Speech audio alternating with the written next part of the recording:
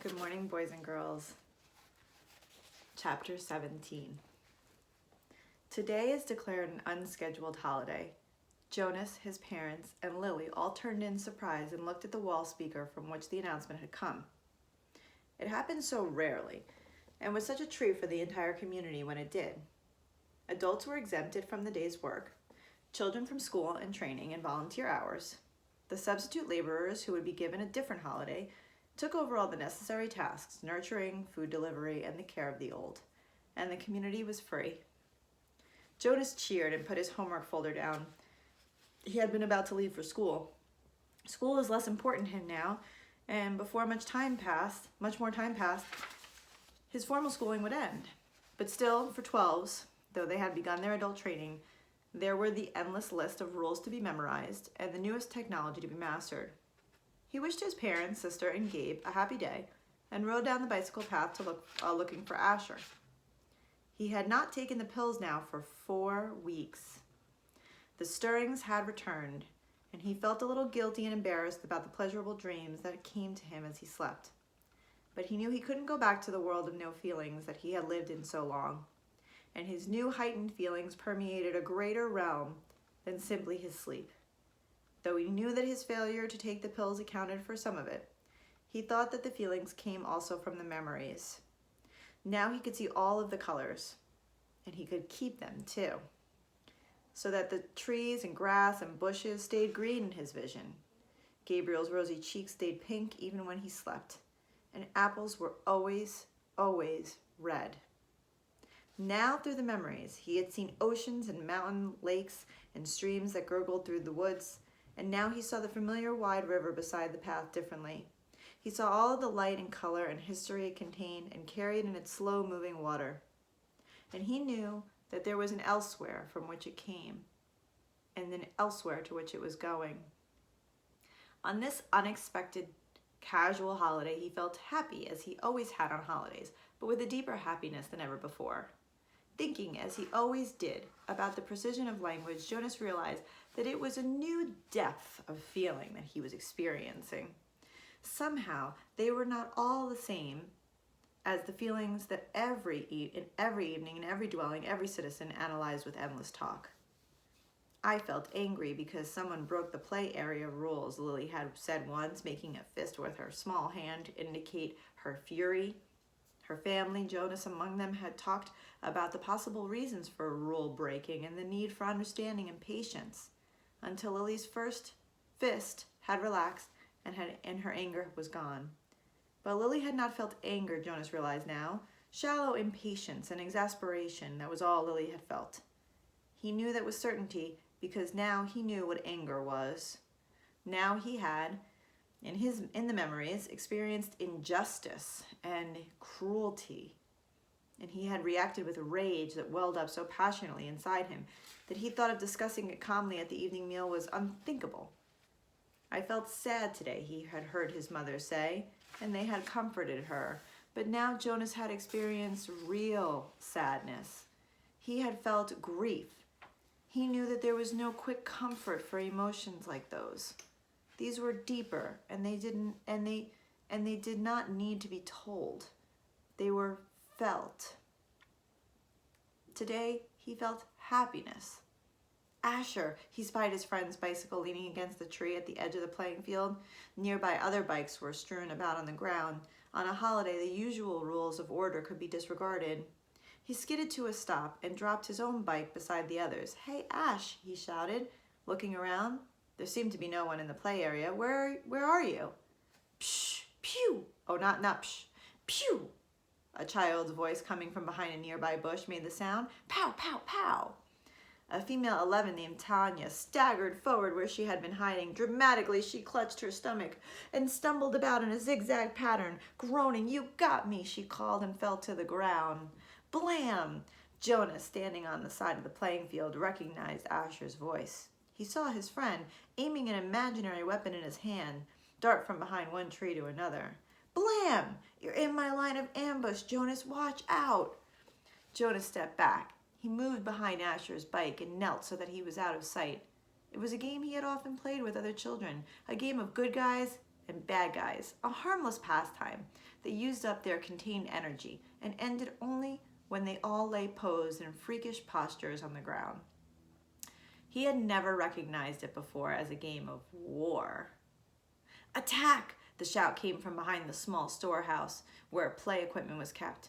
3 children dashed forward, their imaginary weapons in firing position. From the opposite side of the field came an opposing shout, counterattack. From their hiding places, a horde of children, Jonas recognized Fiona in the group, emerged, running in a crouched position, firing across the field. Several of them stopped, grabbed their own shoulders and chests with exaggerated gestures, and pretended to be hit. They dropped to the ground and lay suppressing giggles. Feelings surged within Jonas. He found himself walking forward into the field. "You're hit, Jonas," Asher yelled from behind the tree. "Pow, you're hit again." Jonas stood alone in the center of the field. Several of the children raised their heads and looked at him uneasily. The attacking armies slowed, emerged from their crouched position, and watched to see what he was doing.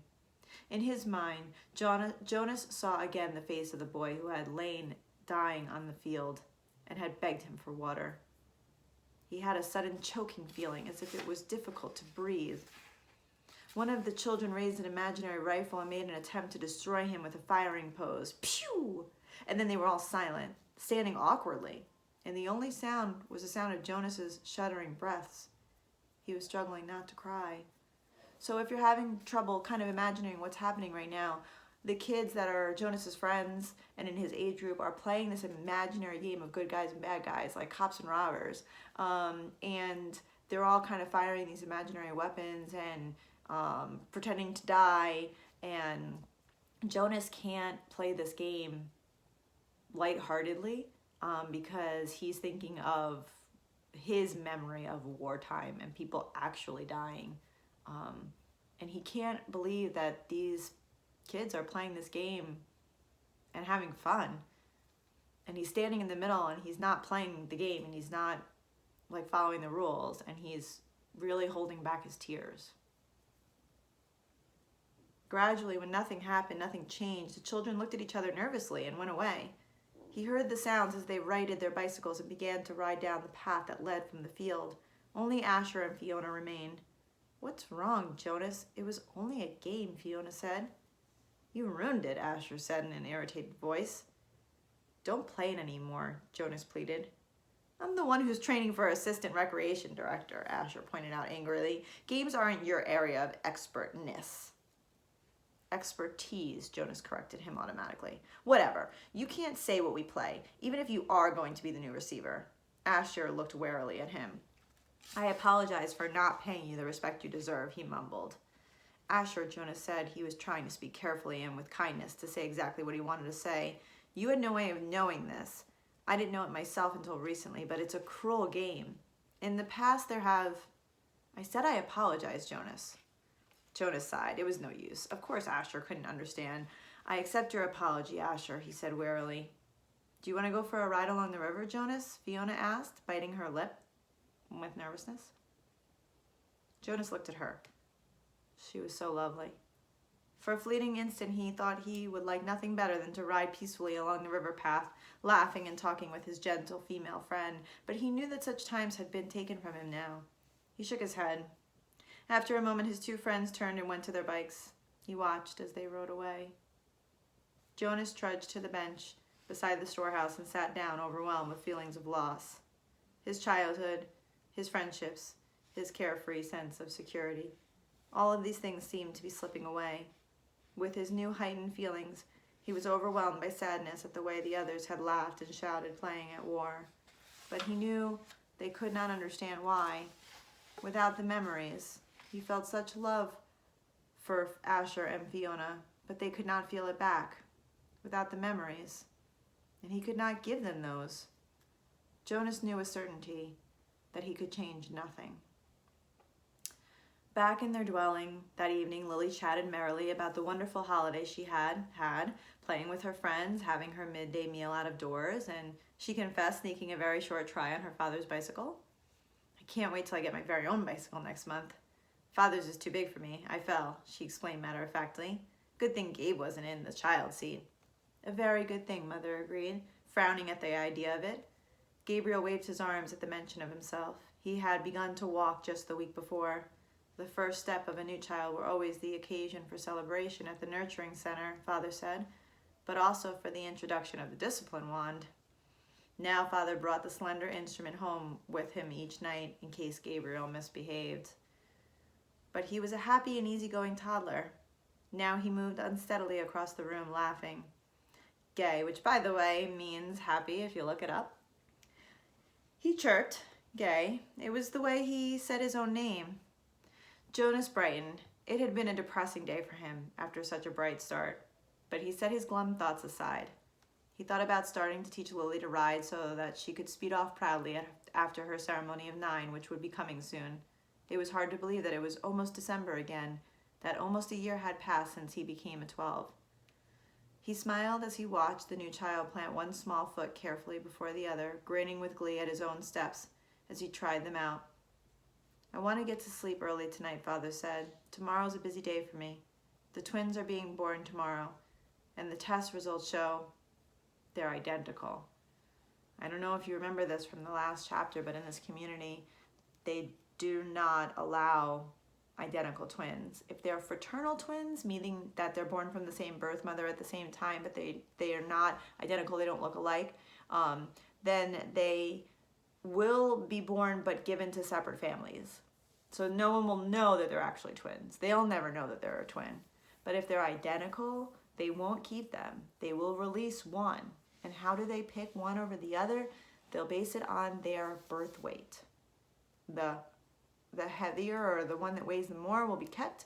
The one that weighs less or the least will be released.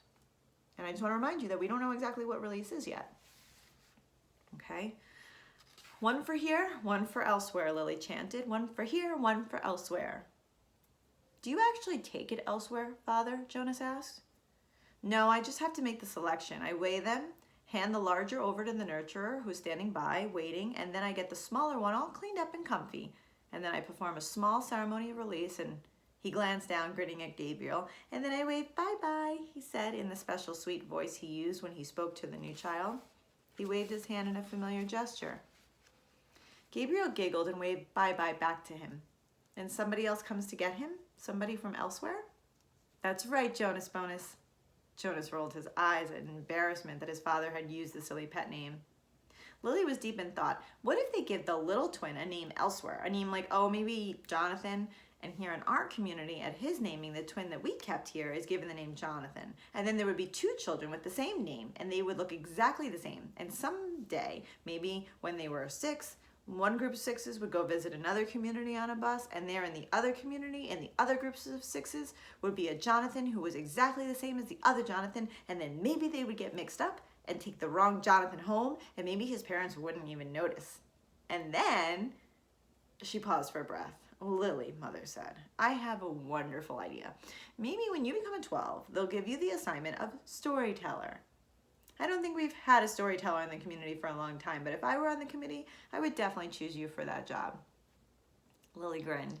I have a better idea for one more story, she announced. What if actually we are all twins and didn't know it?